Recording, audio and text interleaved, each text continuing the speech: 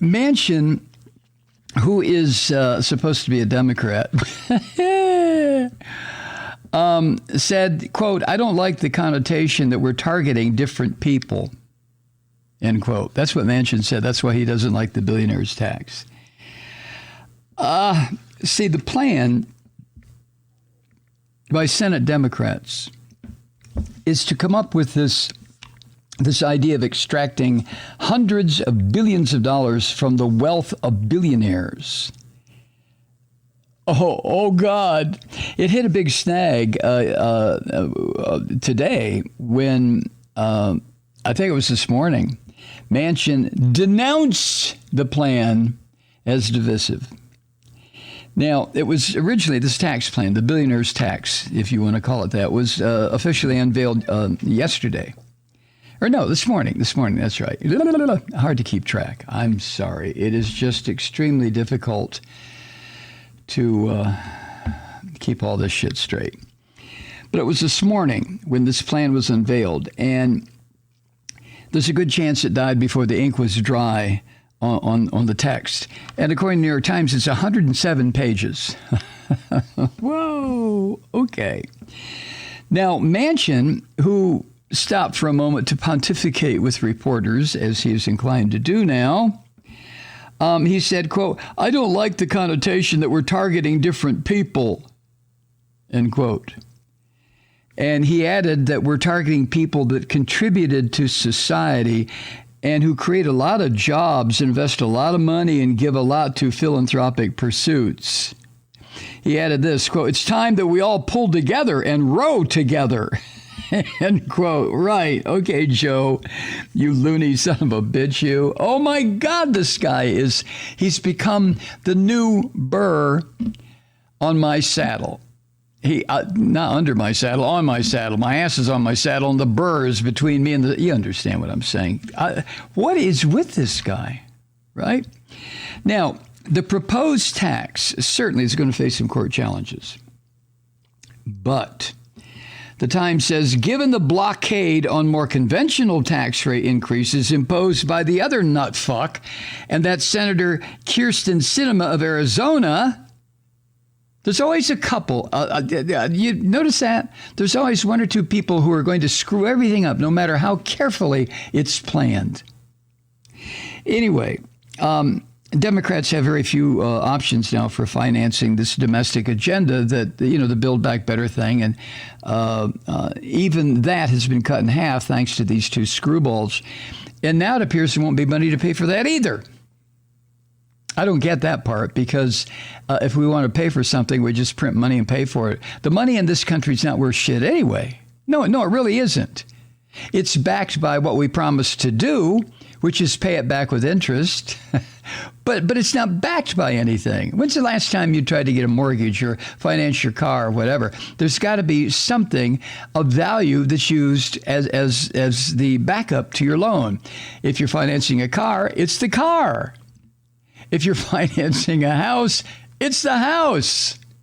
But here in the United States, if we need more money, the government needs more money. There's nothing to back it up. There's nothing tangible. This is where it all breaks down for me. I can't completely or even a little bit understand what the problem is regarding this fear about going into debt. What debt? We owe ourselves, and we owe a lot of bondholders from all over the world. Yeah, of course, the Chinese own a huge chunk of American debt. Oh, Jesus, I don't want to get into that because it just leaves me with a terrible, terrible headache. But I like what Manchin said. It's time we all pull together and row together. Okay, Joe. Okay, Joe. Anyway, Finance Committee aides were surprised, they said, at Manchin's position, because these Senate aides insist that he had said that he was going to give support to the committee's chairman, Senator Ron Wyden of Oregon. Anyway, if this proposal can get through this insane Senate over Manchin's concerns, billionaires would be taxed on the unrealized gains in the value of their liquid assets like stocks and bonds and cash, which can grow for years as vast stores of capital that can be borrowed from to live virtually income tax free. The billionaires have it all figured out, and thanks to our tax code. But not only do they not have to work, they don't have to do shit. They don't have to pay any interest. They don't have to do taxes, nothing. Nothing. And their wealth continues to grow given the nature of the capitalist system. Now, this tax that they're talking about would be levied on anyone with more than $1 billion in assets or more than $100 million in income for 3 consecutive years. That applies to about 700 people in the entire United States. And initially, this was included in the legislation. It would also impose the capital gains tax, which is 23.8%. How do I know that? Because I'm looking right at it here. The capital gains tax on the gain in value of the tradable assets of billionaires. And that's based on the original price of the assets. You know, if one of these son of a bitches buys a painting for $100 million, and 10 years later, the painting is worth $200 million, and they haven't sold it, they haven't done anything with it, they haven't used it, it just hangs on a wall or in a museum, but now it's worth $200 million and they still own it.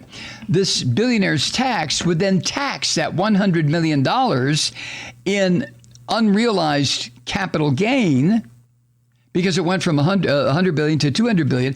That extra 100 million, whatever, would be taxed. And this is where I guess Manchin feels like he's got to come to the rescue of the billionaires. Think about that for a minute. No, maybe you better not. So anyway, for example, for people like Mark Zuckerberg, Facebook, and Jeff Bezos, Amazon, and Elon Musk, Tesla, the income tax hit on them, or the tax hit on them, would be enormous, since the initial value of their hoard of stocks was zero. And they would have 5 years to pay whatever they owed, and it would be in the billions. But all 3 of those names I just mentioned have tens of billions, hundreds of billions of dollars. What the fuck are they supposed to be doing with it? I mean, they earned it. No, they didn't earn it. They put a product out and Wall Street went berserk and the value increased exponentially and then exponentially again and then exponentially again and again and again. So that some little shit like Mark Zuckerberg, who was probably worth $50 when he was a student, came up with this, stole this idea of Facebook, and now he's worth what? $400 billion? What the fuck did he do for that? I mean, it's none of it is my business. It is my business. Because if he were taxed the way people like him should be taxed, things would be a little bit more balanced, wouldn't they?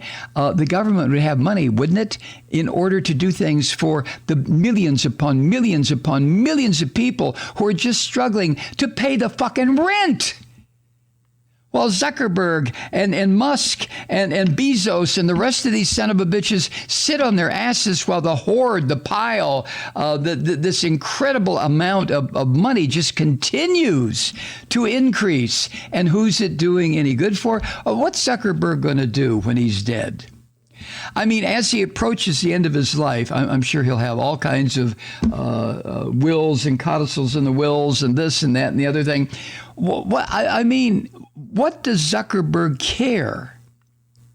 If oh God, if the tooth fairy were to go up to Mark Zuckerberg or Jeff Bezos or any of these multi-billionaires and just said, okay, listen, tell you what we're going to do, Elon. Here's what we're going to do, Mark. Jeff, this is what we're going to do. You've got all this vast fortune, unheard of fortune. You have fortunes that are worth more than the gross domestic product of most countries. But here's what we're going to do. We're going to give you $1 billion. That's $1,000 million. We're going to give it to you. There you go. You don't have to pay any taxes on it ever again. That's it. And you can't make any more money because you have 1,000 million. But the rest of your fortune, we're taking. We're taking it. And we're going to distribute it among the people of the United States. And it's going to go for free education and childcare and an increase in Medicare and all sorts of good things, roads and bridges and dams and airports. And we will name every other new construction that we put together with your money. We'll call it the Mark Airport. We'll call it the Jeff Roadway. We'll call it the Elon Bridge. I mean...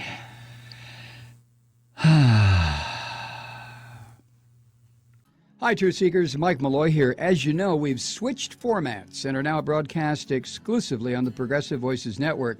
So that means you get fewer program interruptions, no corporate commercials, and lots of profanity. But our format change also means some of our radio listeners no longer hear the program. It's been a while since I mentioned our podcasts, so you may have forgotten that there is a way to listen to this program anytime you need a good dose of screaming. Visit MikeMalloy.com and subscribe to our podcast. As a podcast subscriber, you can download the program to your mobile device and take me with you wherever you go. And if you have a friend who needs a dose of truth-seeking, you can give a gift subscription as well. That's MikeMalloy.com, and never miss a minute of the uncensored fun and frivolity.